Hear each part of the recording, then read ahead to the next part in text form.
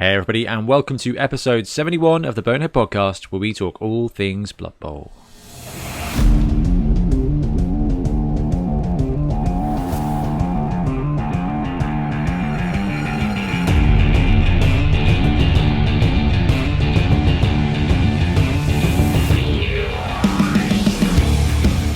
Welcome back, I'm Ben, and once again I'm joined by Blood Tithe Ben. Hello, hello. How you doing, buddy? You okay? I was doing great until yesterday's news, which we will talk about in this episode. Have you got your tinfoil hat? Because I couldn't find mine. It is going to be one of those episodes. So we've had a bunch of different news come out. In fact, we had three things that are almost directly linked to Blood Bowl. Okay, we've seen the Chainsaw Dude, we've had made-to-order teams, and we've seen Ben's favourite thing in the world, Warhammer Plus. And what that's led us to do is dedicate this episode to Games Workshop conspiracy theories.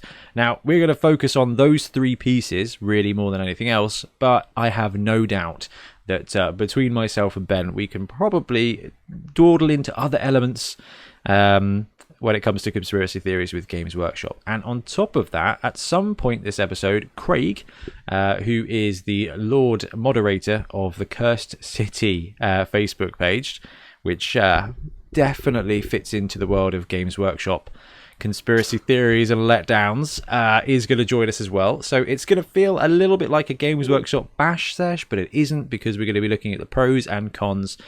And the reason we're doing that is because everybody wants to know there is a future to something. Games Workshop, yes. Cursed City. And we're going to talk through actually some cool stuff. We're going to talk about some good things and what they mean, really. I think that's a pretty fair summary, wouldn't you say, Ben?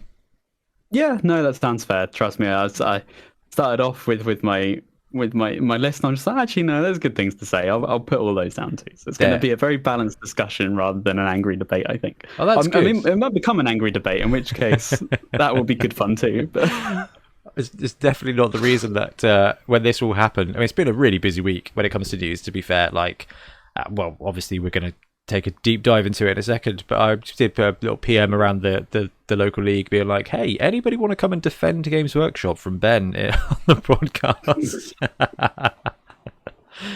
But it isn't quite like that. There's definitely some good. It's more it's probably more just missed opportunities that drive ordinary people crazy, that we are going to spool up as full-on mad ones from Games Workshop, I think. Yeah. Because it's just good for the lols. So what we're going to do, a little bit different than normal, we're going to take a little break. We're going to go into hobby. We're going to chat about all the hobby goodness we've been doing. And then, like I said, Craig's going to join us very shortly. And then we'll go into tinfoil hat mode.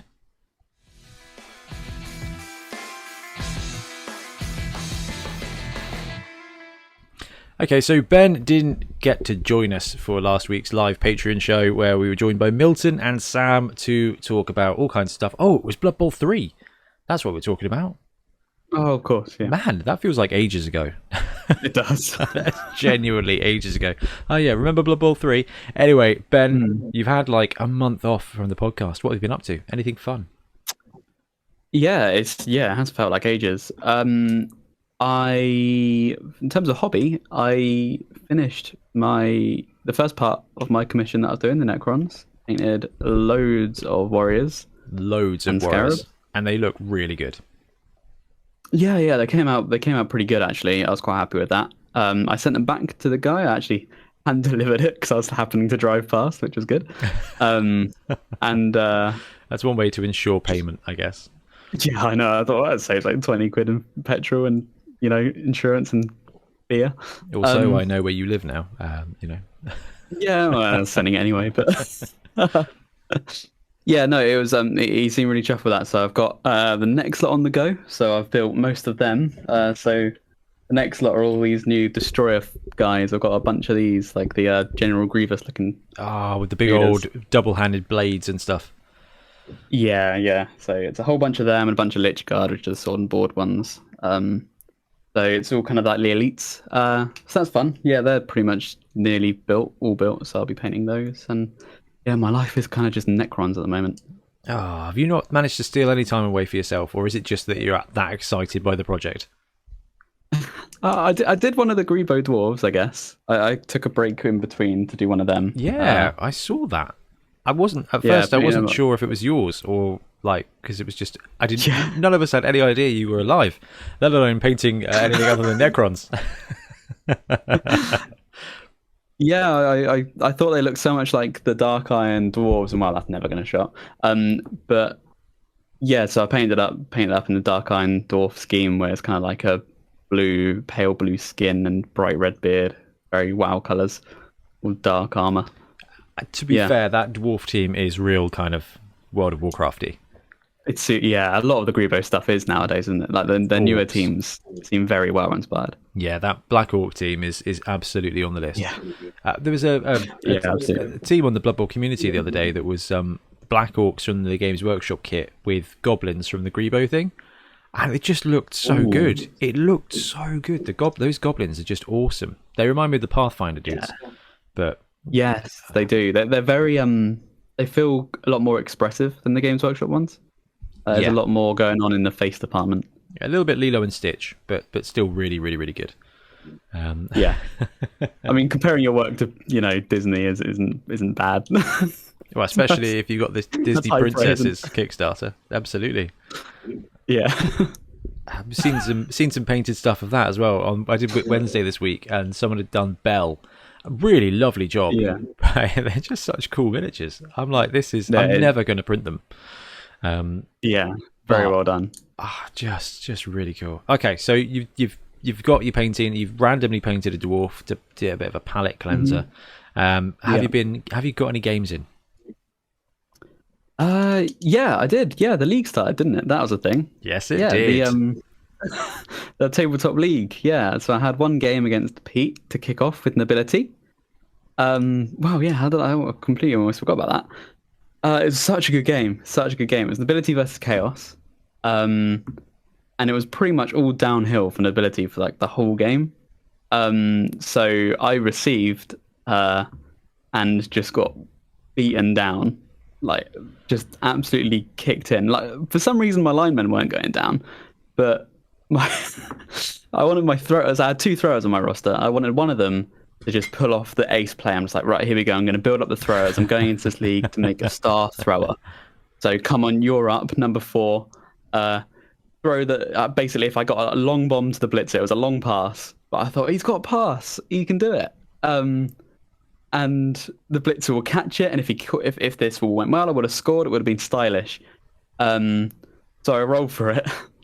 It's a 2. He re-rolls. It's another 2, which is wildly inaccurate. Oh no! And it went 5 squares behind him, and it was like, great, okay, that was a turnover, and then he got blitzed and died. I've not been able to come to club. This week club was cancelled because of a COVID scare, which was a bit of a tasty reminder. Yeah. And I can't make it next week either because of work, but I'll be back then. But it was so cool and so funny to see the update from you. I mean, not funny because it's cruel or anything, just because that's literally what happened to my nobility team, like in the Fumble League. Well, I mean, my guy got accurate, and I was like, yeah. Gonna make Blood Tithe proud here. We're gonna do some passing with he's dead, and it was just gone. It was just gone. I was like, what is with the throwers? Like, they're fine. Their arm is good. Their strength is good. They're just cursed. I very much like Skaven throwers. I think I don't know what it is. Yeah, I know. But so that happened, and then because obviously it went behind, the chaos then piled in. I think it was a really early turnover as well. So yeah, it was hard to come back, and Chaos ended up scoring on the last turn of the half. Then the second half, some reason everything turned around. My other thrower, I thought, right, it's your time to shine, and kind of started training him up.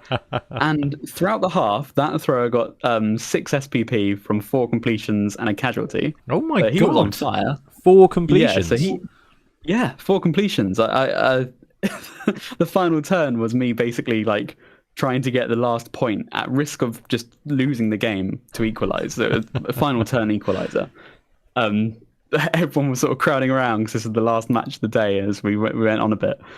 And it was like, Ben, why are you doing this? Just hand it off. Like, the blitzer's got catch. It's just one roll and a reroll. You don't need to throw it. I'm just like, no, I'm going to throw it because I need the SPP. I need the one SPP to level him up. I need him to have accurate. My other one's dead. And he did it. He did it for his bro. He got the pass. The blitzer got the catch. He scored it. It was an equalizer. What were you doing that gave him 4 completions in one half? Well, I had a lot of leeway because the rest of my team, for some reason, were really wanting to avenge that thrower, and I nearly pitch cleared chaos. Oh my! I think he was down to what? 3 beastmen. Yeah, they were rolling armor dice super hot and a lot of knockouts. Yeah, I think it was 7 KOs or something like that. And then this is the pictures that were coming through while I was at work. I'm like, the heck is this? The heck is this? Like, his throwers died. I'm like, yeah, that seems about right. And then we got a picture of the sideline, and it's just a chaos team. I'm like, I'm confused. If there are 2 chaos teams, like, what is going on? And you were just there. The ogre put in a lot of work. That ogre, man, I swear that ogre cost me my semi-finals, but it does wonders on your nobility teams. Yeah, where I think it suits nobility more than it does humans, because where nobility are a little bit slower, they're less on the they're more of the control and less about the stretch plays that humans can do. I think having that ogre to sort of run with the team is a lot easier to manage and just kind of beat around and and you got the stand firm guys to kind of stick with him and just protect. Exactly. No, nice. What was the end score then? So it was 1-1. Nice. So it's a nice neutral way to kick off the league, yeah. And you got the 6 SPP on the thrower. Yep. I think. Oh, and 3 on the blitzer who scored. So yeah, I think that was literally it because it was all KOs and the casualty was done by the same thrower. So I think it was 7 KOs and 1 casualty. Did you go accurate in the end, or are you going leader? I did take accurate. Hey. Yeah, I've taken accurate. I'm only on 2 rerolls, but I want accurate because that's what I need to go for. It's going to be a little bit harder with the other thrower dead now, but well, that's going to help you potentially score more touchdowns, and more touchdowns is more money now. Exactly. A cheeky extra 10k for each touchdown scored is going to help get you that 75 for the thrower. Yeah, although I might just go up to 90 for the bodyguard now that one's leveled up. I'm tempted to do that. To be fair, you've got 2 blitzers and 4 bodyguards at that point. And is it 4? Or did you start with 2? I'm only running 2 bodyguards at the moment. So you've gone 2-2-2 ogre. 2-2-2 ogre. Yep. Yeah, I like that roster to start with. All right. Well, at least you've got 2 blitzers and 2 bodyguards. If you get another bodyguard, then you've got 5 other players who are Edge 3+. So yeah. It's funny, isn't it? Nobility just feel like they're lacking just a little bit, but they hold their ground. Like, they're not bad at all. They do just feel a little bit too expensive. I think 50k rerolls or something like that. Just let you get another lineman. Like, I think that would be. Yeah. All the linemen just being 40k. I think 45 is quite interesting. And again, I guess they're just hobgoblins with Fen. No, they're not hobgoblins with Fen because they got worse Edge. They got yeah. Interesting. I think we might have to bring this up in the Games Workshop conspiracy theories. We do have some juicy ones. The chainsaw guy brought up some really interesting thoughts from people in the community, which is pretty sweet. Right, I've got to talk about my fumble game. I got to the semi-finals of the Fumble League with my nobility team. I finally got the cash to buy the ogre. I bought the ogre, played the semi-final, and he did not do well. It was just like a couple of quad skulls and about 3 or 4 boneheads. Excuse me 1 second. Oh, no. Bless you. Oh, bless me. Sorry, I did mute the mic. I may not have muted it for Discord. Sorry, Ben. That's all right. Oh, the trees are out in force. Yep, so I thought, right, I'm going up against a high TV now dwarf team. You know, Ian was punching, 1450, 1500. And I was like, boom, I'll go on equal footing. Got the ogre. The ogre should be able to help. And just did not. I should have gone with a wizard. I don't know why I didn't stick to my... I thought, well, Ben destroyed my team, my Bretonians, with this ogre. The ogre is clearly good. We've done the test. You know, we've done the maths. And it cost me the game. It was a tough game, even though that was the case. But I lost. But Ian went on to win in the end, which was cool. Yeah. And you had your semis against Milton, didn't you? Oh, yeah, I did. Yeah, that was... That was rough. That wasn't like my finest a gamer moment, I guess. I was tilting a little bit in that game because it was just like this is Dude. not how I intended it to go. So, well, it's weird, but as soon as you get to the finals of a tabletop league, it stops being fun. There are some games in a league that are just they're not fun. So when I played against Ian in the week, like just in the mid-season, I just couldn't be bothered to be on Discord and chat with everybody. I was like, no, I just want to sit here with my laptop and play the game through and focus on it. And I lost on a last-second touchdown. But there are some games where you're just like, no, this one's not going to be hanging out with this one. This is going to be horrible. Yeah. And when it gets to the semi-finals, I think it's better in a league setting, like when there's guys around, because it becomes more of a spectacle. Yeah, no, 100%. And yeah, it's amazing how different the environment feels playing like Fumble League than it does. Even if we're chatting on Discord, it's still different to is it that being around people in a club. Is it that gamer element that, we're playing there, our stats, we can see it, we've got control? Is it that just little, like, I'm not playing against a person, I'm playing against a computer, that element? I think it is. It's just that sort of detachment from humanity, It's like we all talk differently online as well, don't we? Like, it's not the same as being in person. The interactions you have just aren't as, I guess, genuine. Yeah. Yeah, so it does feel strange. And I think it does lead into that easier. I mean, you can still tilt and tabletop in person. You can still get annoyed and angry. That still happens. We've all seen it. Yeah, it's just I think it's a lot easier to slip into that when you have that detachment. I think you're right. Definitely for me. Like, I am way happier laughing off a loss in person as a shared experience with a bunch of people to laugh at than just getting 4 boneheads in a row on Fumble. I also genuinely think Fumble dice hate me, but I feel like that's just part of Fumble. Me too. It might be I think the sound there's 3 effects. moments in that where 3+ would have got me a touchdown on 3 different occasions, and none of them paid off. Oh man.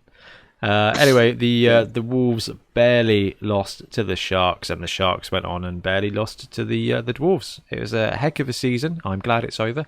But I am super chuffed to have got like 10 games in with Nobility in a month or two. Like, it's been great fun to play them through. And I think we'll give it a couple more weeks, Ben, with the league, and then we'll put together our first Bonehead Basics with Blood Bowl 2020, and I think it should be Nobility. Yeah, that would be pretty good, actually. You should have a lot of games behind it as well. Yeah, about 20 games in by then, I reckon. Yeah. Now, you got 3 SPP on a dude. Is that right? Mm-hmm. Are you tempted by the random at this point? Not on a blitzer. Oh, I think I really want dodge. to take. Yeah, I think I need them to be blodge. You only have 2 of them. I think you need them to be really good as soon as possible. Yeah, I think you're right. Random is just far too risky with like general and yeah. There's a couple of agility skills that wouldn't necessarily be. Now, diving catch would be great for him if he rolled that, because he'd be catching accurate passes on a 2+, which is pretty sweet. Sidestep would be good as well. Jump up, not so good. Sneaky git. Really bad. Defensive, never, ever. Yeah, I like. That's why I really like the league system for this one, is because it's, I don't know, you've got that option. You can take that gamble. I do like that. I think that's really good. 10k. I mean, the real cost is the SBP, but I mean, in terms of bloat, it's not that bad when it's only 10k for a random, isn't it? Now, when that goes to BB3, you'll be able to farm, I think, loads more games, and I don't know if I think we'll probably see turbo random builds, which will be great fun. Like, I fully intend when BB3 lands proper, or when we get the next beta or whatever, to just boost up, either get a new PC or just gear this one up and just stream a bunch of turbo random skills, because it will just be brilliant. A full league would be really cool with that. Everyone doing random skills in a full league. Done in a week. As everyone gets it like 7 games in no time at all. What did you think of BB3? I thought it was okay. You guys covered pretty much everything, because I only had a very small look at it. I didn't go as much detail as you guys did. There was some really questionable design things with it, which I really hope they'll take on board and repair. Some of the UI was really like not very clear what it did.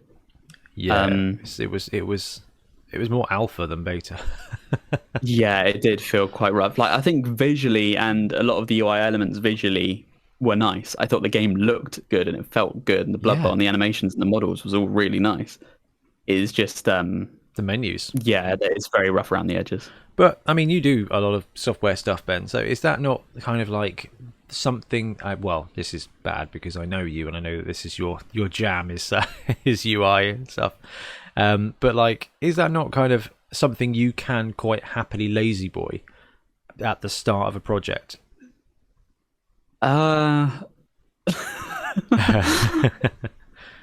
You can, but I would never release it in that state. So it's like so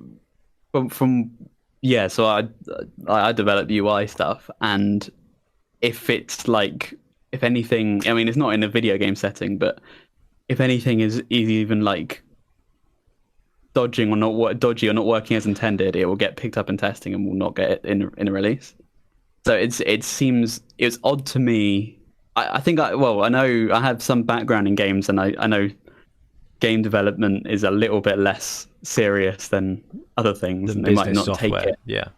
Yeah, that there might be more leeway in certain aspects because the whole thing, there's a lot more to it in terms of visuals, and UI might take a bit of a backseat. I don't know that enough to say that as truth, but that's just what I would think. But I don't know. It was just some bits I'm just like, how on earth did they think, yeah, cool, we'll put this in a beta? Because it's just like, this is clearly broken.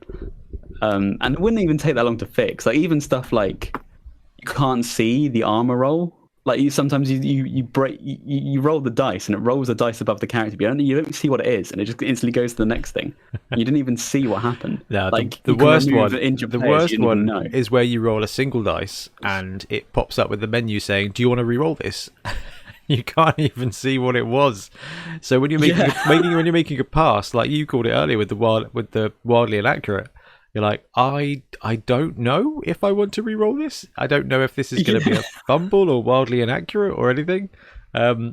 Like, yes, I'll re-roll it. Like, but again, that feels like, I know that nothing when it comes to that level of software is easy, but the core of it, timer on it or something. Just have it so I show. Just you have the dice number. Just show it. The thing is, like that was probably that was the piece of Blood Bowl 2 that just wasn't broken. Like it's just it's one of these things where we and everyone else who played it was talking about stuff like this, and it's just like within minutes of it being out.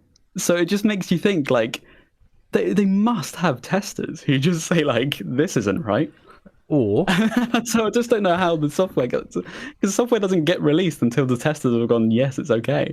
Or the testers were like, hey, here's 50 things in order of the most important, and they only had time to get 40 done. And we're going, how did you guys not see these 10 things? And the poor software engineers are there going, you have no idea what we fixed in 3 days for this beta to go out. Yeah. Software people are people too, Ben. Yeah, that's true.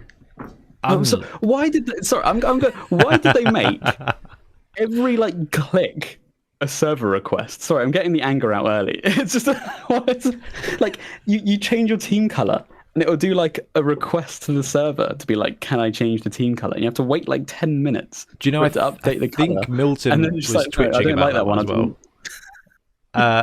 Yeah, I'm not sure. I mean, I don't know. That's an odd one. But is that you click save and then it does everything at once? My goodness me, Ben! Conspiracy theory number 1. Here we go. Is it that they had to do that so that they could get live updates from Games Workshop's ever-changing paint range? Is that it? So when they release Swamp Mud Contrast Green, like they did this weekend, that they can have it in there. So can you imagine that? You click on Mephiston Red and they're like, sorry, this colour doesn't exist anymore. Yeah, it's out of stock at Games Workshop. So you can't put it on your team. yeah, you can't paint your guy. You have to wait till they get restocked. Yeah, every time you click through the colours as well, it just has to double check. So... I did think some of the colours were like, okay, why does Games Workshop make this many oranges and why are they all the same? Like, I don't understand. It's a strange choice to use the Games Workshop paints. I get why they're doing it, and I think it's actually kind of cool that you can be like, oh, I painted my team in Mephiston red. I'm going to put I Mephiston red think on my it's guys. so cool. It just shows that the Games Workshop paint range is just dumb. Like you've got 27 different types of red, and they're only really red, like main red, and then there's the purpley red, and then there's the slightly orange red. But it doesn't really work for people who just play the video games, because they're just like, I'm going to put XV88 on my team. Yeah, what the hell is Why that? is this called XV88? What is that? I love the idea of it, and that's probably because I played Dawn of War back in the day. Like, it was so much fun painting your own chapter. Like, I really love the idea that you can play Blood Bowl 3 with the Black Orcs who look just like the miniatures you can buy, and you've designed your team, and they're exactly the same paint colours that you can go and buy. I do that level of cohesion with Games Workshop. I don't think we've ever seen in a video game before. Like, I don't think so. It's just I thought that was really cool. In-depth. Yeah, it was. It's a lot easier to say negative things than it is positive things. So I will say though, yeah, the names is like, I think if you're going on just like people coming into the game, it's a little bit weird, but you can still see it's orange and stuff like that. So I think the pros outweigh the cons in this regard. Just make it do a server. It was very cool. It was quite funny though to see comments. We did the Patreon thing, and a lot of the guys were like, "Oh, didn't even know you could change your team colors. Like, I had no idea that was a menu option." But I mean, the beta wasn't here for very long. Like, no, it wasn't. It went away on the 13th. Like, I got an email about it and was like, "Oh yeah, cool." And then realised that the 13th had come and gone. And I was like, "Oh, I can't play Black Orcs anymore." Not that we could really play Black Orcs anyway, because the AI was like, "What should I do first? Set myself on fire. Turn over. You'll go." Like, it was a bit of a shame, but it was cool, and I don't know. I am really excited by it. Yeah, me too. It's like, ultimately, it was still very cool to see kind of a much newer Blood Bowl game. And especially that, I will stress, I love that how the models look. I really like the style, and matching it to the tabletop is just awesome. They have done a really cool job. I am a little bit worried about Ripper, but you know, because some of the Forge World star players have not been the best. And like, I'm not absolutely smitten with Frankenstein, and I think, judging by the Woody Harrelson like image of Ripper, I think that model's going to be ugly. I really do. But it's a troll. It's supposed to be ugly, so I think that kind of works. So yeah, got some Blood Bowl 3 in, got some Fumble in. I've continued to paint the YouTube stuff, which has been really good fun. And we are about ready to be joined by Craig, which is cool. So why don't we take a break and then go straight in to the main event, Games Workshop Conspiracy Theories.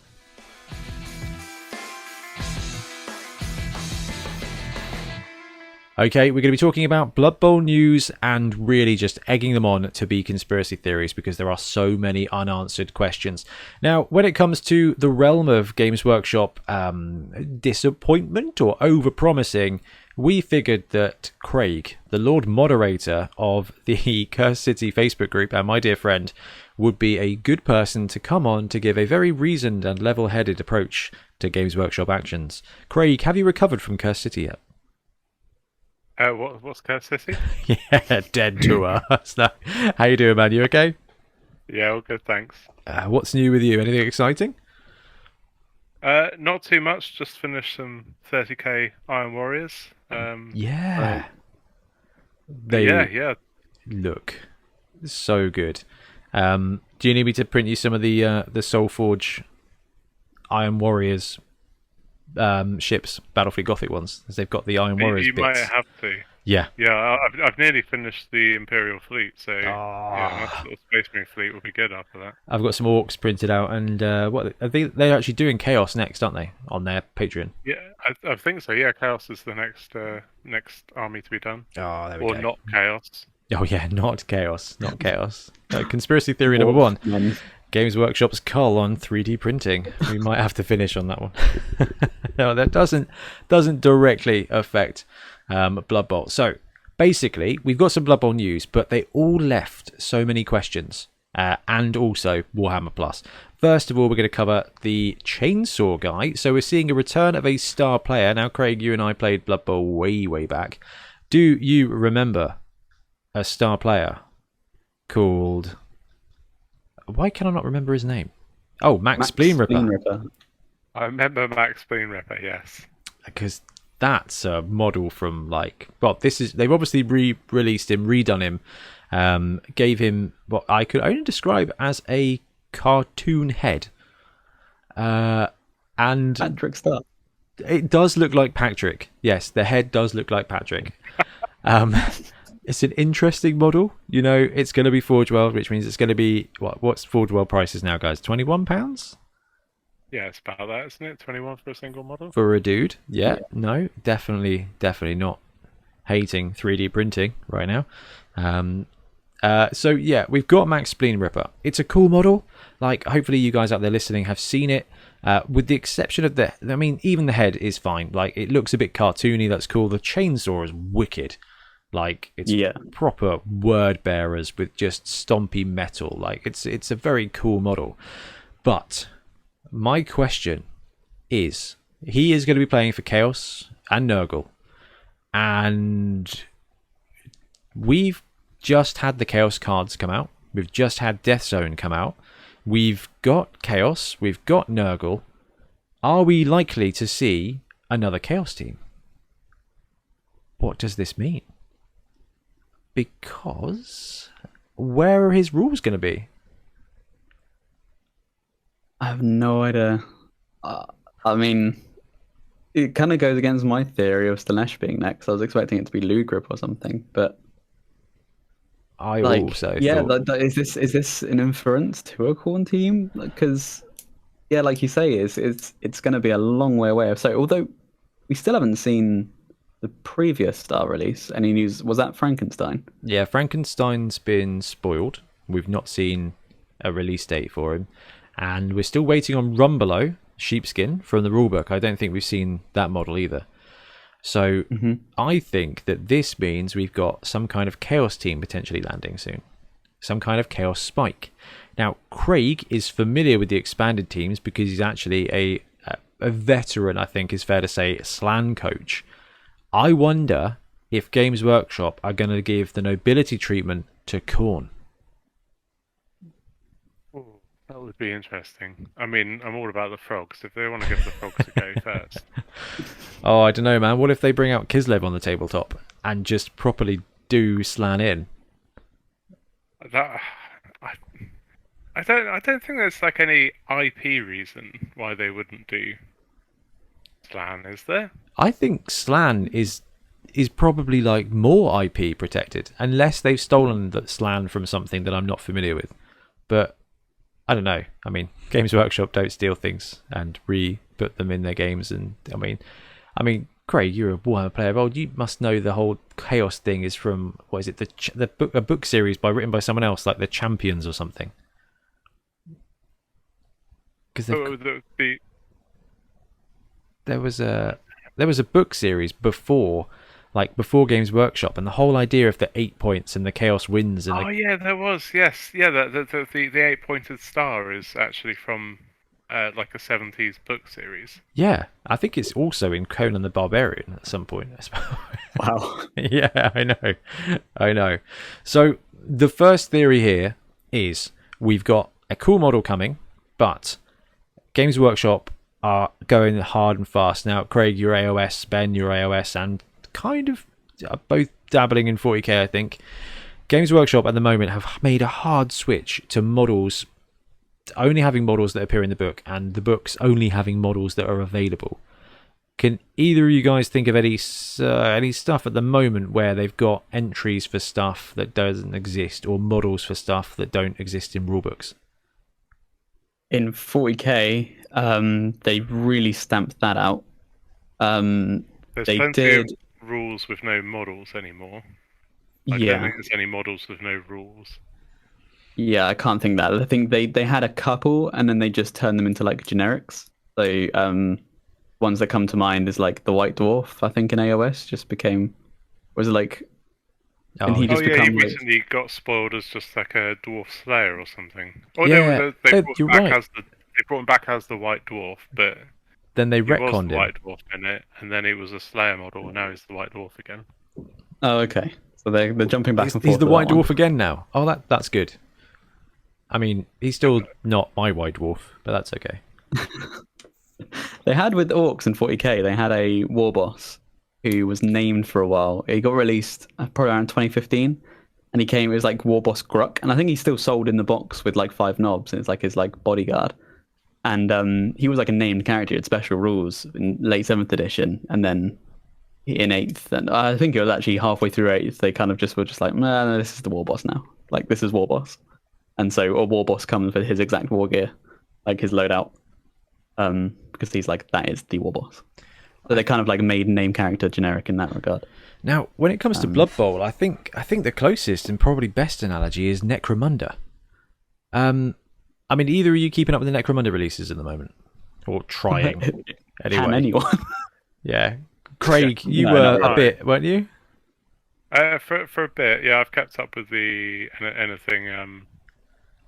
God, I've forgotten her name now as well. The ladies. Escher. Escher. I've kept Escher. up with the Escher stuff, but not much else, unfortunately. I thought the guys on flying skateboards from Highlander 2 were pretty cool. I have no idea where those rules are. And now they've just released the weird robot people that look like they're Infinity models, but are actually the water shop boys. It just makes me think of a Necromunda version of when Del Boy starts selling spring water from a tap. Basically. Yeah, they've definitely expanded the lore a bit, but yeah, they at least there's a sort of regular release of the Necromunda gang books. Mm-hmm. But I love there's always rules, though. So Yes, there is. I'm going to go big on this one. I am going to say that Max Spleen Ripper landing means that our next team is going to be something that we are not expecting. Now, I don't know if it will be Khorne. Khorne makes sense.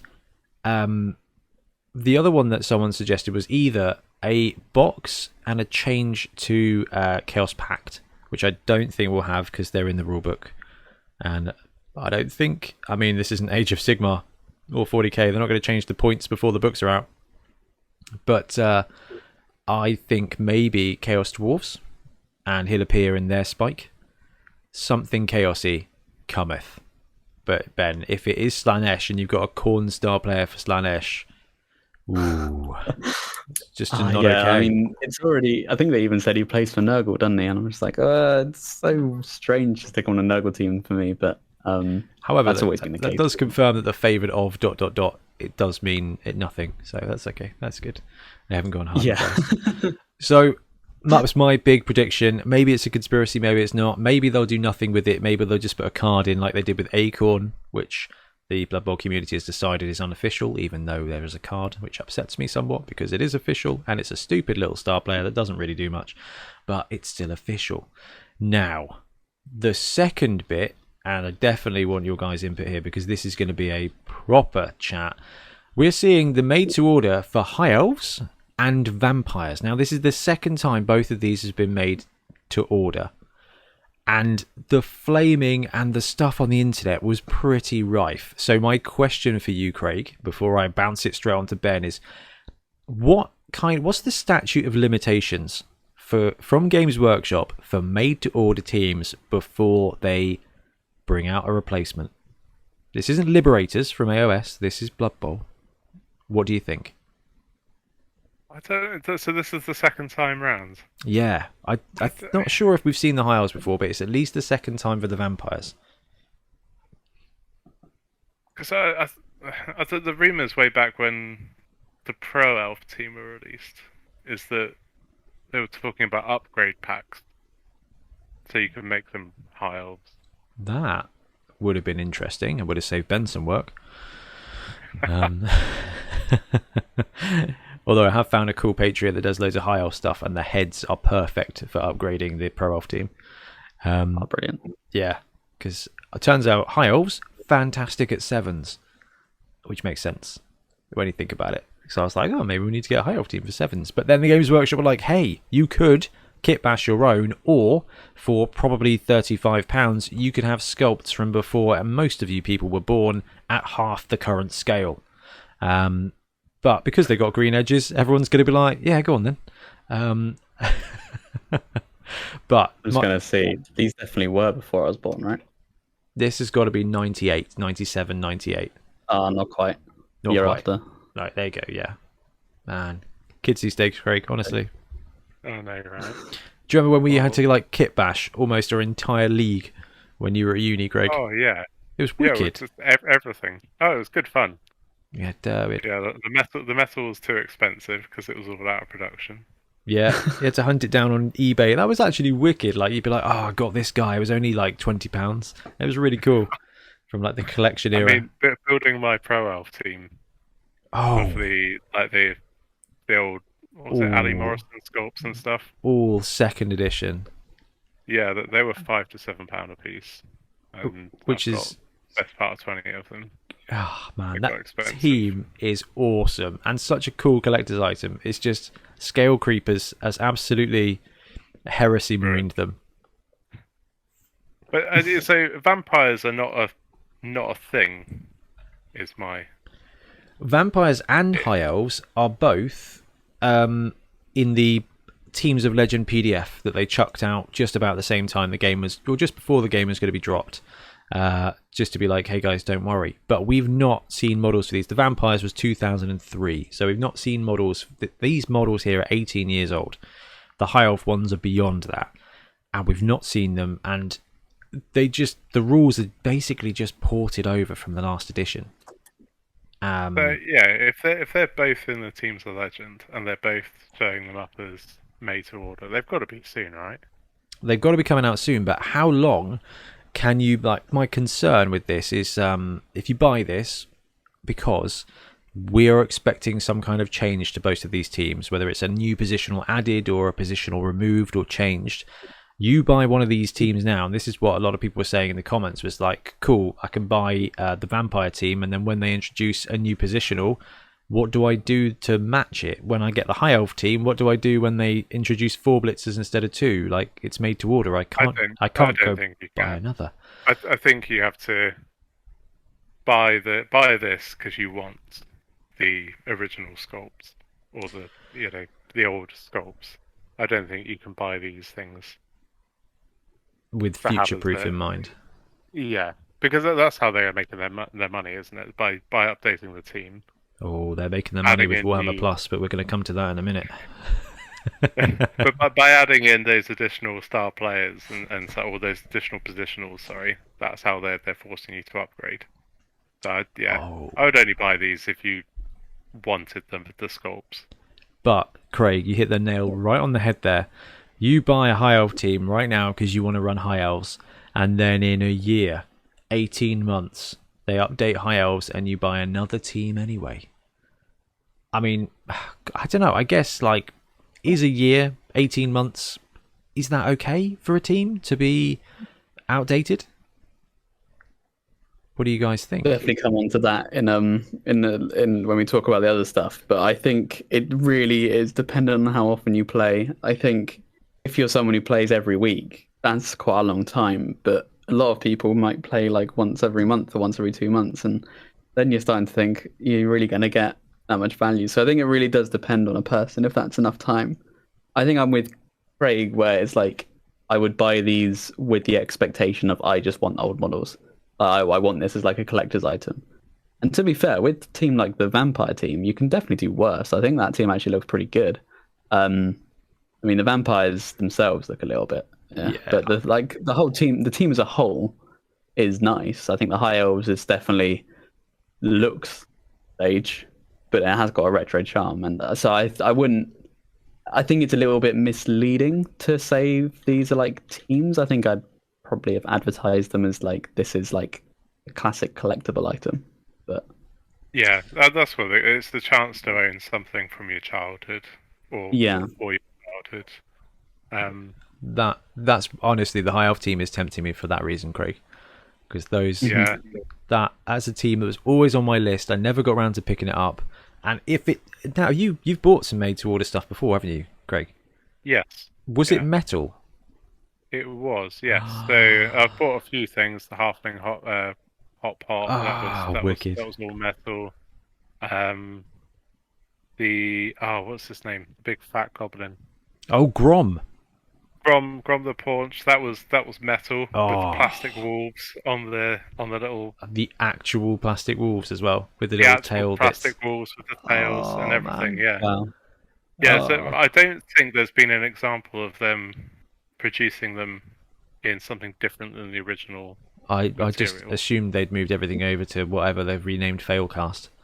No. I think they're all producing them in the old-fashioned way. Okay, well that changes things for me, because actually you get a chance to own the models as they were, which makes no sense. And you are going to buy this team, and I genuinely believe if we do the maths on the amount of teams coming out, you've only got until next year before a new High Elf team arrives or High Elves die, which would make me sad.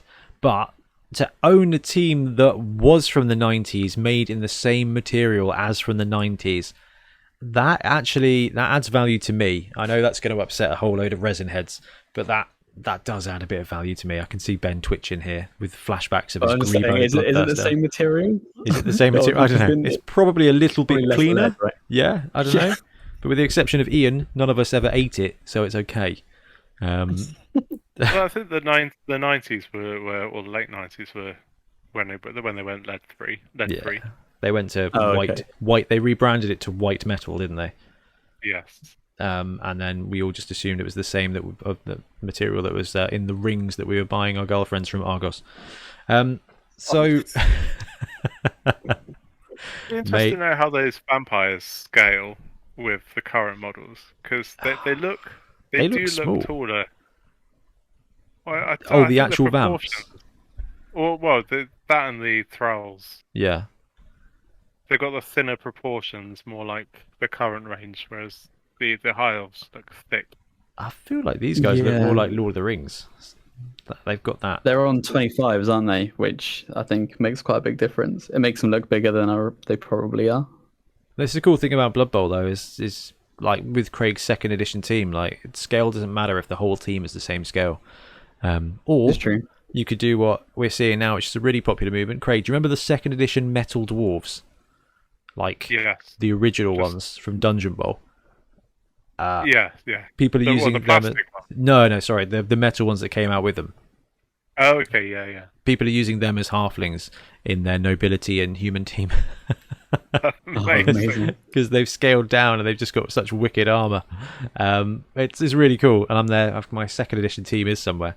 Craig, we need to play some Dungeon Ball with like your second edition elves and my second edition dwarves at some point, just for the lols. I'm all up for that. That'd be wicked. Right, so stick on some Sum 41.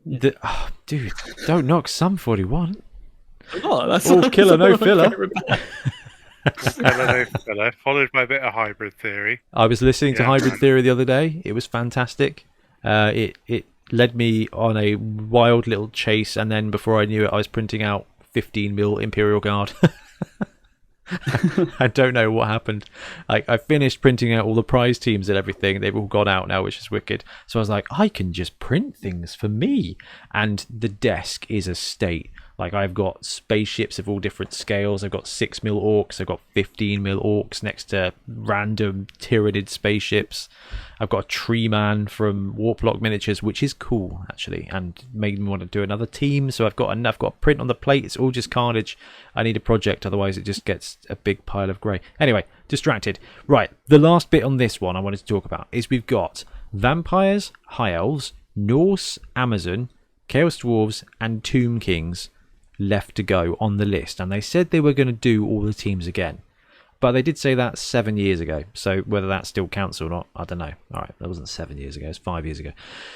So 6 teams, and they said probably about 4 teams a year. This was my concern with this, is you get this team and then 2 more teams this year. It should be more than 2 teams this year, but let's say that Nobility and the Black Orcs count as the 2 teams released this year. So 2 more teams this year, then 4 teams next year. You buy these teams, they are going to go and rotate next year, but actually 18 months rotation. You guys have both played Magic. I mean, Craig, you and I have weathered some horrible rotations. That's probably all right, isn't it? Yeah, that's probably all right. I could definitely see these guys being released next. And They've that got. is the conspiracy theory. Well, yeah. I wonder if you'll see. We had the Cursed City stuff lining perfectly with the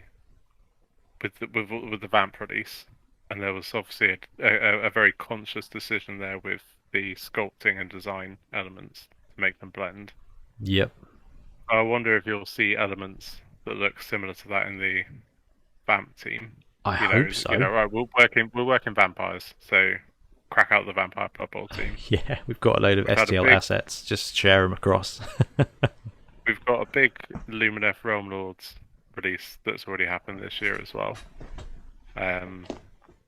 Coinciding, with the Broken Realms Techless box. I wonder if we'll see again, you're working on High Elves.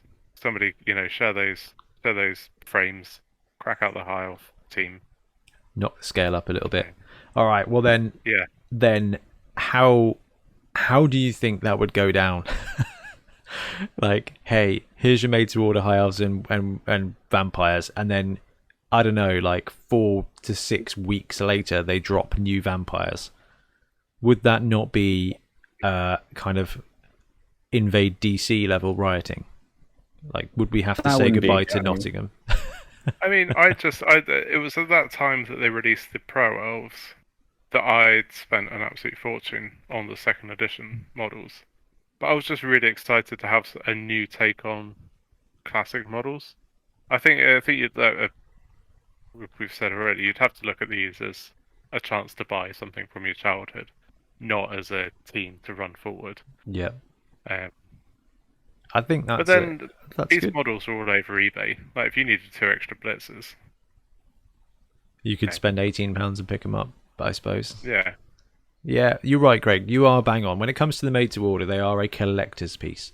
You get them because you love them, and you should just be aware that they are one of the 6 teams remaining. We haven't seen Chaos Dwarfs reland. We have seen a Chaos Star player. I am definitely putting 2 and 2 together and assuming that our next release is going to be Chaos, though. We were kind of expecting it to be vampires, though, Craig. You're bang on because of the Cursed City stuff. But well, we've got all the Chaos Dwarf rumors in the Very true. AOS as well. Brawl Boys AOS stuff. So again, working Chaos Dwarfs, let's work Chaos Dwarfs. All right then. Well, Ben had Slanesh for this team this year. I had Squigs, but maybe Chaos Dwarves is looking more likely. Chaos Dwarves, Vampires, High Elves, let's see this. But before we move on to the big one here, Warhammer Plus, I don't think, I had a quick look when I did the live stream. Amazons and Norse have not been made to order. Should Amazon and Norse players worry? Craig. I'm not sure we'll see GW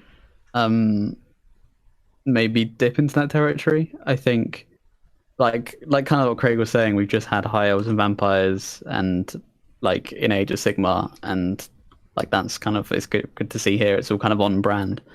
But I think Amazon and Norse is a little bit too, I don't know if they would go into that territory again, because I've heard, I can't remember who said this, but it's like it's sort of a zone that they'd rather avoid because it's rife with like stereotypes and things like that.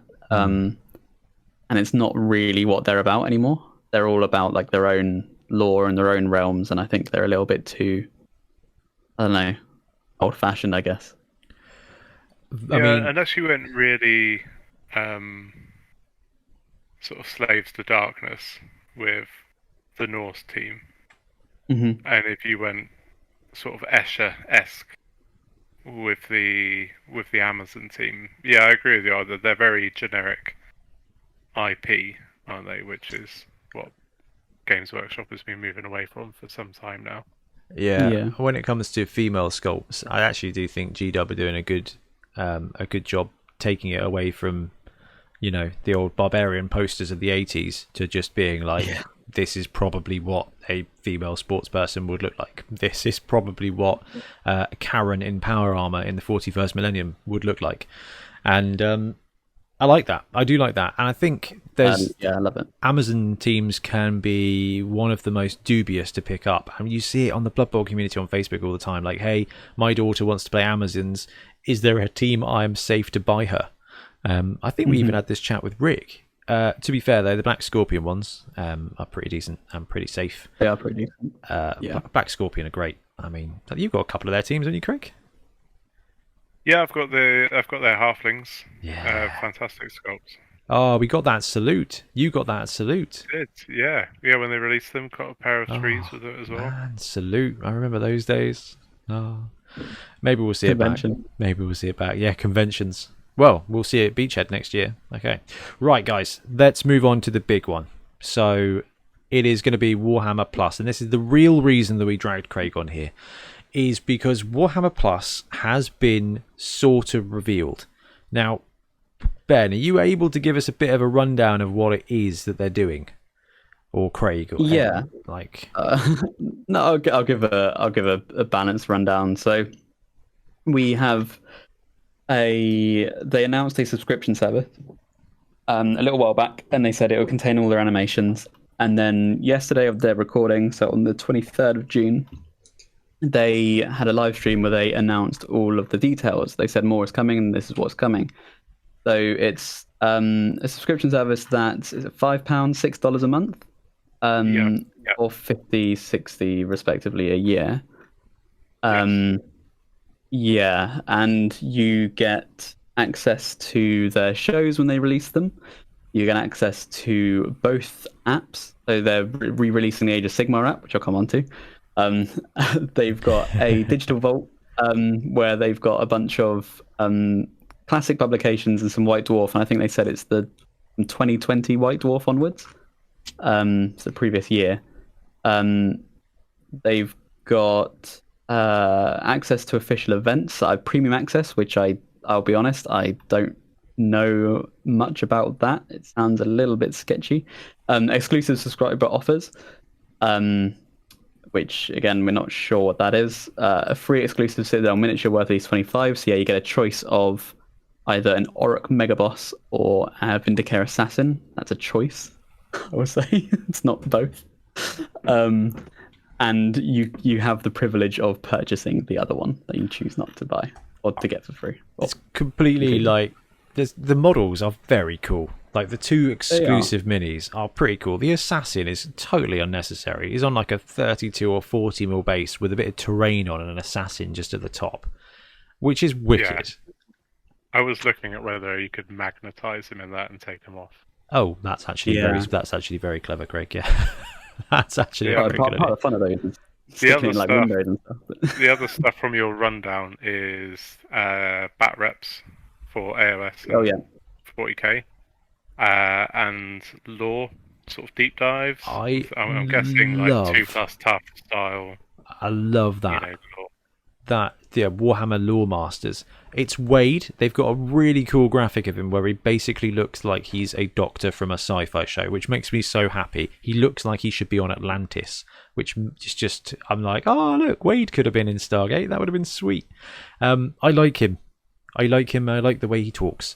And I think he's going to do a good job of that. But it is literally like, cool, all that free stuff on YouTube, like that 2+ Tough does. Let's do it Games Workshop style. And you know what? That's actually pretty cool. But when it comes to this thing, straight up, the Blood Bowl probably not going to be anything there. This is for the big boy games. This is the background of AOS and 40k. You get the apps, you get some battle reports, maybe asterisks, and you get Wade talking about stuff that you've all read about on 1D4 Chan. So, I don't know. Where do we want to go from here, guys? Because this was contentious alpha foxtrot. Like, the internet was ablaze. It was like Cadia all over again. Painting masterclass as well. Oh, yeah, with Mengel. Just looking at the paint. Louise Sugden, and Darren Latham. That's the Savage Orc guy, isn't it? Yes, it is Savage Orc Guy on Instagram. Yeah. Yeah, like her work. She's cool. Yeah, she is very, very good painter. Extremely good. Painting Yeah. masterclass. Here we go. I think as soon as I mean, standard single miniature hero released now. I was looking at the Cruciator Crawlghast from Nighthaunt. I think he's 23 quid or 21.50 maybe, about that. So a free miniature, well, free in air quotes, for about that value. And then the apps, 40k is 2 quid a month. Fantasy is £1 a month. That's £3 a month off your £5. So you're only really finding an extra 2 quid a month in order to get back Something. catalogue, the miniatures, all the animation, the exclusive shows. I wondered if the event extras. I know you were saying you're not sure what they are. I'm guessing I don't know what they are either. But there's always those side shows, Yeah. like Warhammer Worlds, and normally it's something like there's an Adeptus Titanica side show, and the only way you find out the information is because somebody takes some grainy potato photos. I wonder if you'd get access to those kinds of things. Yeah, they do a lot of heresy events and stuff like that. I think it's probably like you get first dibs or something. I think it's probably less value to people outside of the UK and possibly US, though. I think that one's a bit weird to include because I feel like these events are very regional. I think that's probably the going to be the least used element here. Yeah. Quite possibly, yeah. Okay, so £5 a month we're saying, is that right? Yes. Okay, £5 a month or £50 a year. All right, which is fine. And you get a pretty cool model out of it. So let's just say the model was what, £25.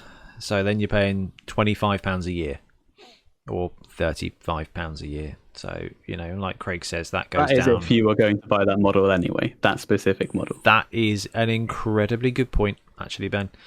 So let's whack it up. So where should we start? I mean, I feel like, Ben, take it away. Let us know what your first thoughts were. I know you've had time to reflect, but your first thoughts.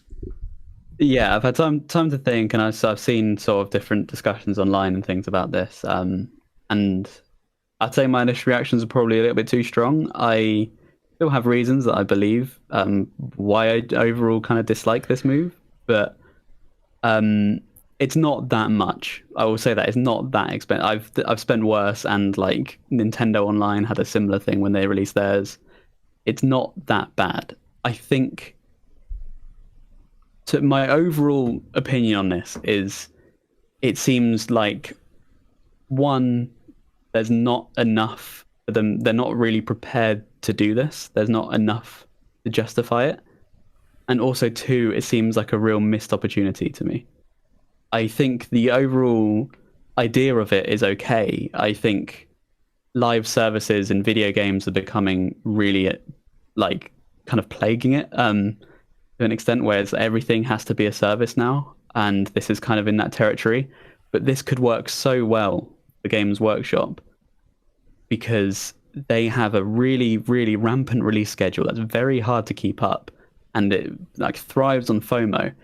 If this subscription, even knock it up, I don't know, a couple of quid, but if this subscription got you access to the rules when they came out, updated your codexes, you got all the codexes, and it was kind of like, here is a Warhammer subscription. This is how you play Warhammer. This is how you keep up with it. You play it you pay for as long as you want to play it, and you get all the stuff. That would be awesome. But instead, you're getting an app which is still broken. You're getting another app which was totally free, which is now no longer you can no longer access your War Scrolls. You're getting some animations which they haven't really shown off what they are. They used to be free that they've now brought in. And then like a bunch of other content, which again I will reserve judgment because it might be very, very good. But from what we've seen in Games Workshop battle reports, is they're good. But would you subscribe to have access to them, like their Twitch battle reports or their painting videos? And granted, I'm assuming they'd be on a level like Darren Latham did for his Lord of Blights masterclass. I'd assume it'd be like that, which was phenomenal, and people, would pay for that. I just feel like it seems like, yeah, my overall thing is it just feels like a missed opportunity, and it seems like a rush to get more money from the 40k whales, who will just, I mean, I would say I'm one of them. I've spent so much on this hobby, but it seems like and Age of Sigmar, I should say, it's not just 40k.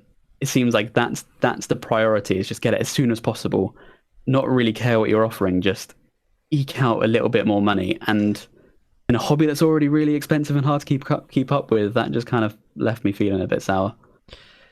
That's my thoughts. It's really interesting. I think it's because it's a corporation that we already pay a lot of money to, and that already has, worryingly, a lot of control over us. Now, obviously, we have a podcast. We had 2 podcasts based on Games Workshop and their releases and everything like that.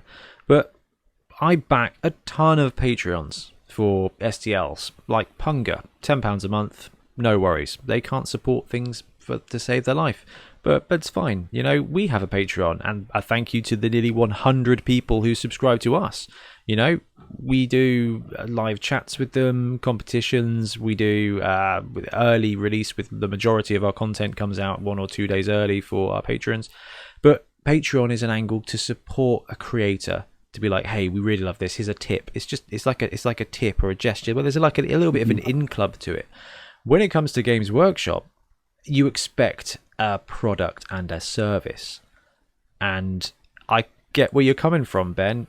There's a lot here where you're like, I want to sign up, but I don't know why.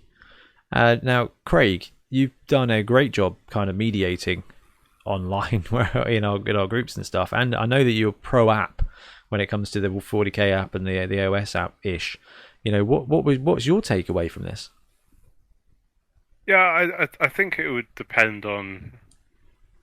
I think I said in the WhatsApp, for me it depends on how much of that animated content is there, and is Angels of Death, for example, is it just 4 20-minute episodes that I'm paying this extra for, or are we going to see quite extended seasons and things like that? How much are we actually getting for our money? You just mentioned, Ben, we don't really know. But yeah, I think when you're really paying £3 a month for the 40k and AOS app, to dig out an extra £2 a month to get access to that Warhammer Vault, get the animations, yeah. It's like, I don't think it's like Netflix. Like when Netflix first started, back when they used to post DVDs to you, which do I found one when I moved house. Like I was going through like storage boxes, and I found like 2 sleeves of Netflix DVDs. I was like, oh, I'm gonna get fined. But as time's gone on, these services, it's much better to jump in now and then get all the backlog. Like now that it's been live for like 10 years. I mean, however long I was using a Netflix account for, Craig. Thank you for that. I finally got my own this year. It's like there's just so much stuff on there. But I have this angle when it comes to entertainment, and when it comes to digital entertainment, especially. Tiff and I, back in the before times, we loved to go to the cinema.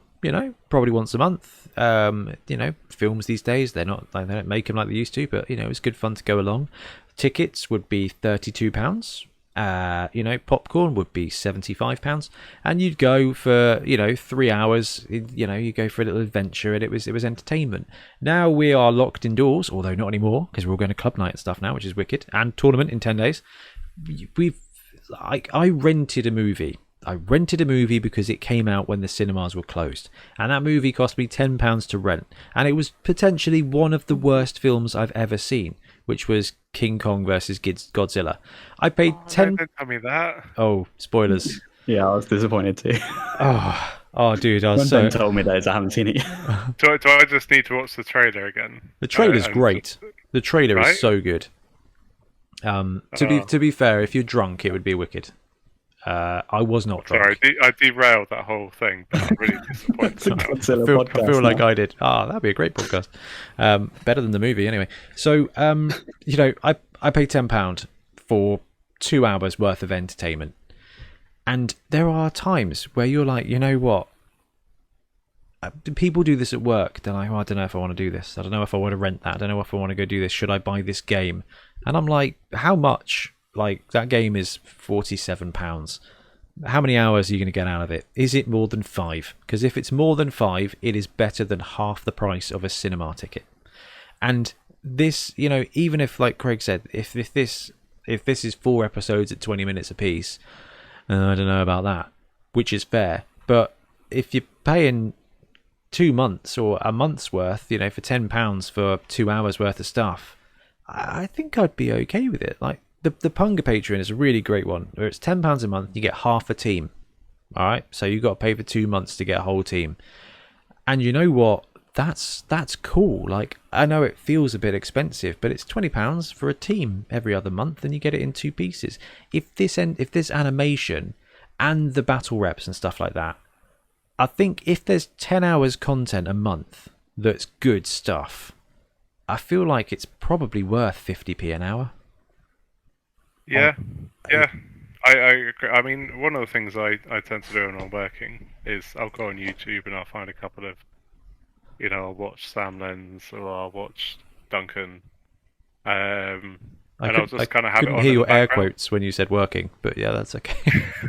One of the things I'll do when working is go on YouTube. I'll just, I'll put picture in picture and I'll just kind of have it up in the corner. And, I pick out little techniques and stuff that I'll then try on something. So I watched, I can't remember his name, but he did this, I think he's a Spanish painter. Absolutely fantastic. He's done a series on using contrast paints, but in a really professional way. And I picked up a load of tips for doing the hazard stripes from my Iron Warriors by watching his videos. That's cool. And that was just from having in the background. So if I can just sit here and have picture in picture, watching the Citadel Masterclass, picking up some nice little extra tips. Well, yeah, I see them start to bring down the cost per month, don't I? And I think that's kind of my way of looking at most things. Is how many hours worth of entertainment am I going to get from this? Because guys, when was the last time you went and bought a magazine? And I don't just mean White Dwarf. Like, I used to get a subscription to New Scientist, and it was like £4 a week, and I maybe got 20 minutes out of it. And I was like, this is not. I'm not getting £16 a month out of this. So I ended up cancelling my subscription. White Dwarf, when I got symptoms and had to isolate, Ian, bless his heart, dropped White Dwarf round for me, which was wonderful. But now he's having to sell his house. And it's like, I don't feel like that £8 was, I don't feel like I got £8 of entertainment out of this. But when it comes to digital media, digital media is free. This podcast that we do, 4 hours a month at least, is free. We do 30 videos a month, is free. And podcasts is probably my biggest one. Like, I do not have enough podcasts. I run out of podcasts to listen to. But, limited resources. I've been subscribing to them for ages as a Patreon, and they do a podcast a week, which, as Ben and I know, is actually quite a lot of work. And it's not enough for me. So I think when it comes to this kind of content, Ben's concern about is there going to be much is fair, because as soon as you run dry of something, it loses its value. As long as there's like, more stuff, or something coming next week, or this, then it keeps it live. And that is one thing I have big hopes for from Games Workshop, is because they play the hype game like no other. Like, we are always like, anxiety, what day is it today? Doesn't matter. They could drop a big thing that's going to be announced on an announcement day to be announced in the future. And you're like, well, what do we do? We need to stay indoors and watch this. But it turns out it's just another Nurgle book, and they're doing it for 18 minutes. That was the worst one.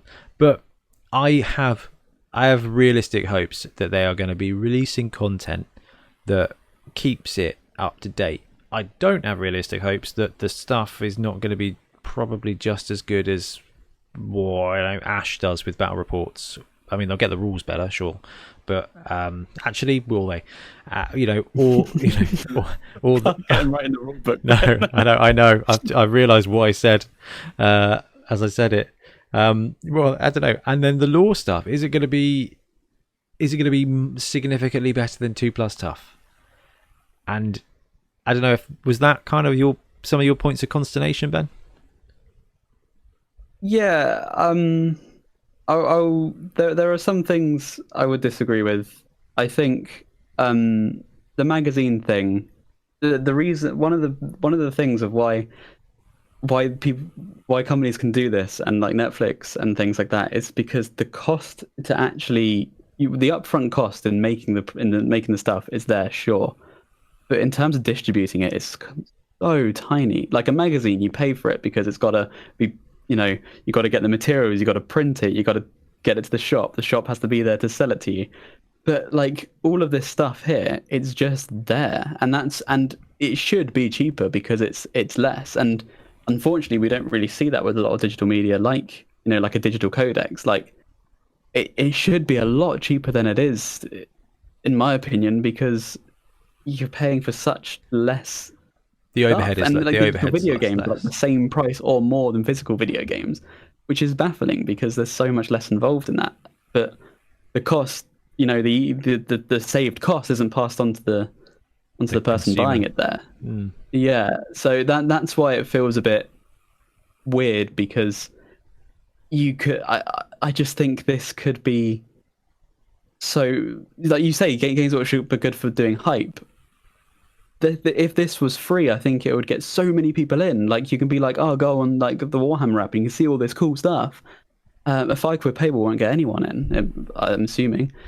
And like the Age of Sigmar app, sure, you can get the army builder for £1, but the core one was free, and I used it as a free app to get all the war scrolls in the game. And I spent so long just like, you know, theorizing, this unit is really cool, like what does this one do? Or before my game I could quickly check what units would do, and you have that just access to you for free. But now it's behind a £5 paywall because they're removing the old one.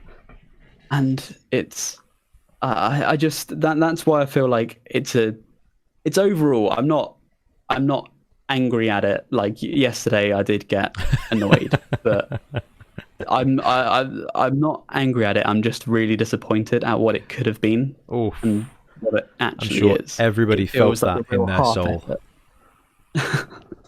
It's even so much as the free exclusive miniature or the included exclusive miniature. It's like you can't even just give them both out. You have to make them pay for the other one. It just feels really like they give with one hand and take with the other sometimes with the Games Workshop. And yeah, that's why it's just a bit exhausting, I think. And that all comes out because I love this ecosystem so much. And it just gets really disappointing when it's like just a non-effort. Why are they not release. just charging £3 a month without a miniature? I don't know. That would have I would have generally liked that a lot more. Craig, But even the what do you precedent think? is still there with kind of like it just, I don't think this is really what it should be or needed to exist. But yeah. As long as other creators aren't harmed by it, that's the only real genuine concern, other than just I'm a hobby nerd who wants more stuff. The only real concern is that now they're doing lore videos and masterclasses, are they going to crank down on YouTube channels which are technically competitors? I don't necessarily think we'll see a bunch of cease and desists or anything, but you know, but there are a number of painters out there that do that kind of masterclass stuff, and I guess also it depends on what these guys are calling masterclass. But you know, if it's Darren Latham, for example, You would expect it to be a masterclass. yeah. If it's like his Lord of Essentially, Blight one, I would pay for that because that was very good. If I'm paying £5 a month for somebody's masterclass patron, or I could pay £5 a month for this and get all the extra stuff, then I know which one's more of a thing for me. And Well, I guess in that scenario, you're supporting a particular content creator, aren't you? but there is more content here. There potentially could be more content here. which is Yeah, which and I is know they're going to be interesting. using Citadel stuff, which for me, I don't really have much in the way of Vallejo or anything else like that. My hobby supplies are G-Dub hobby supplies, and when I go off and watch somebody do something, and they're like, right, you need to go get this obscure paint from this supplier, Yeah, I, I usually get turned off. I Which think is that's another fair, big to be benefit. honest, because there is an accessibility to it, an immediacy to it. Like, I'll just pop to Games Workshop now and get the paints I need from this recipe. I mean, I work for a supermarket who excels at coming up with great recipes using ingredients that we don't sell in the store. So, it's not a good idea. It is just a feel bad for everybody to do that kind of thing. So yeah, I mean, you're right. This is such an interesting topic. Now, the bad thing is there's nothing there for Blood Bowl. The good thing is there's nothing there for Blood Bowl. So when it comes to Blood Bowl content, it's still the people who love it, who are making content because they love making content, because no one else is making the content they want to watch, and it's good. I wonder if we will see those though. I mean, obviously with 40k AOS, they're all They're big they're boys, two aren't big they? revenue streams. Yeah, But at some point, a very easy way to fill content is to supply other games as well. well, this was going to be my kind of last point on this was, why could they not have, or do you think this was ever thought about, to, like Netflix and Amazon will do, they will go and purchase a series. They will go and hire somebody to do a series for them. Would it not have been quite interesting for the Games Workshop crew to be like, hey, 2+ Doug, we'd love you to do a series on our Warhammer Plus channel. Hey, Two Thin Coats, would you like to do some painting shows for Warhammer Plus? Hey, Bonehead guys, would you like to do a Blood Bowl series of games just for Warhammer Plus? Like, I feel like that would have been a really cool way to bring more content with a very, very minimal effort from Games Workshop. And they could have... I'd be on board with that. That supports the creators like directly that way. Can you imagine they Like, go I like... guess the issue is maintaining a certain level of quality or ensuring Yeah. a level Well, of you just do quality it season and by season, isn't it? You'd buy the season. Like, you'd be like, hey, Mini Wargaming, we want to see a 6-game campaign with these 3 forces, please. Film then, it, edit it, send it across to us. We'll go live with it. Yeah, but I mean, actually, I did used to subscribe to Mini Wargaming's, like Vault. Oh, the Vault, yeah. Yeah, but there were some episodes you'd get where the content was, well, and not specifically Mini Wargaming, but people will vary in the quality and the consistency of the content they're putting out for whatever reason, because it's like a one-man band operation, Yeah. for example. Yeah.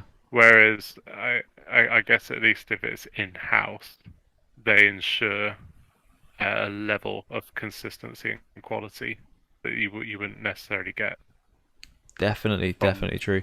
I just thought it might have been quite interesting. Like, it would have been really cool to be like, coming in July, Guerrilla Miniatures, Lumineth campaign. Like, I'd be like, oh, you see what's a Warhammer Plus next month? Ash has done a series for it. Like, that's pretty cool. And that would be a really interesting I way. think it would probably help them out as well. For people who are already on the app, they might see that and think, oh, that's pretty cool. And then they can go to them directly more. Like, here's a known brand doing known content on a... I feel like that would have been a really good way to boost the amount of stuff. But Craig is right. However, having watched many series on Netflix, the quality does vary on those too. Basically, anything directed by Jonathan Frakes is amazing. The rest of it is probably fine. They lied to you. It's not true. You're only saying that It's 'cause a you're his fake. lookalike. Huh? Sorry? I said you're only saying that because you're his lookalike. Oh no, that's Will Wheaton. That's actually my my call sign at work now, which is very exciting. Wesley. I definitely think you look more like Jonathan Frakes. I wish I was as tall as Jonathan Frakes. That'd be wicked. No, so I've managed to lose nearly a stone in 4 weeks, so I don't look quite so much like Will Wheaton anymore. But Very good going. But yeah, I'm up to 12 pounds in 24 days. Like, I'm just powering through June. And Tiff's got a poorly family member. We went to see him, and out of solidarity, we took our blood pressure. She's got blood pressure issues, and it's causing health. Tiff's 120/80. You know, oh, that's perfect, darling. Well done. Takes mine. It throws up an error message. We're like, oh, this is fun. Takes mine again, and it's 148/99. Right, so they all start panicking and saying, oh, that's higher than mine, and Tiff is really lovely. And then the entire drive home is like, oh, you're going to die, go see the doctor, you're going to die, go see the doctor. And I'm like, I'm not going to die, I'm an adult, I will simply ignore the problem until I die. Right? That's fine. And then this morning, I was making a cup of tea, and I was just like, right, she was going on about this. Like, I'm going to Google this. And I Googled it and had a look at the grid. And the grid, I'm like at the end of the red grid. I was like, oh, this is actually a thing.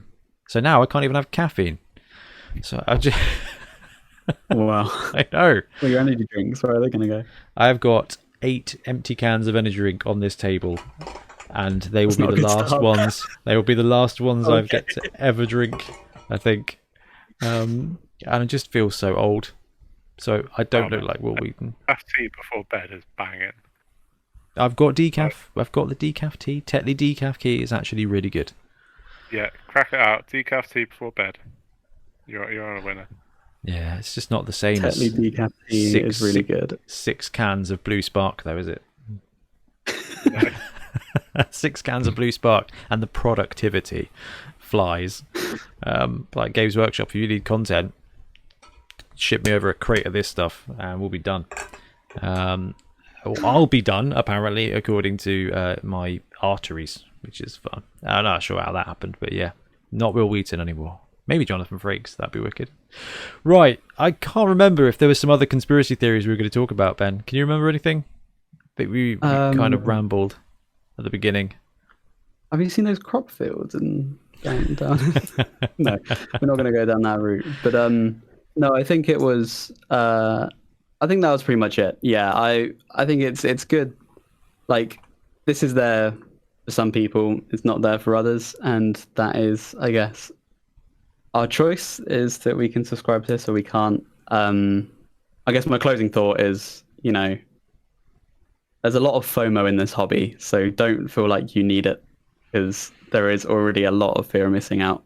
Don't feel like you're gonna don't get all trapped up into the hype that it's even, I guess, we're guilty of stirring up in a lot of cases, because it's very easy to fall into that. So it's there if you want it. I think this can largely be ignored if you don't. It goes live in 2 months. If you're a Blood Bowl only fan, completely ignore it. If you like AOS and 40k, maybe wait and see what your friends think. I will probably subscribe just because it sounds cool. And I kind of like the orc miniature. And I think the dangerous thing is there. If you like one of the miniatures, that's basically £25. That's half the price of the subscription.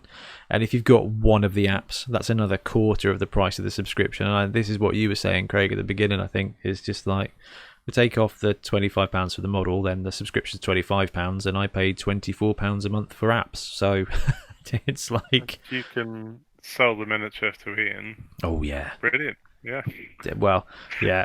That's as a man who's waiting for his copy of Dominion to arrive next week, I agree with what Ben's saying about FOMO.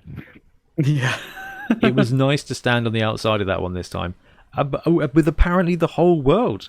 Like, Indomitus was a disaster. Cursed City was the cursed release of all wargaming I think I've ever experienced. And then we were kind of like, oh yeah, now they've got these Slim Fast and the Hobgoblins. Like, this is going to be interesting. Let's see the carnage. And everybody got one. It's kind of like, oh, maybe things are returning back to normal. I don't know. I will subscribe. I don't know if I'll go all in on the year for a model. I think I might just pick up a month and see what happens.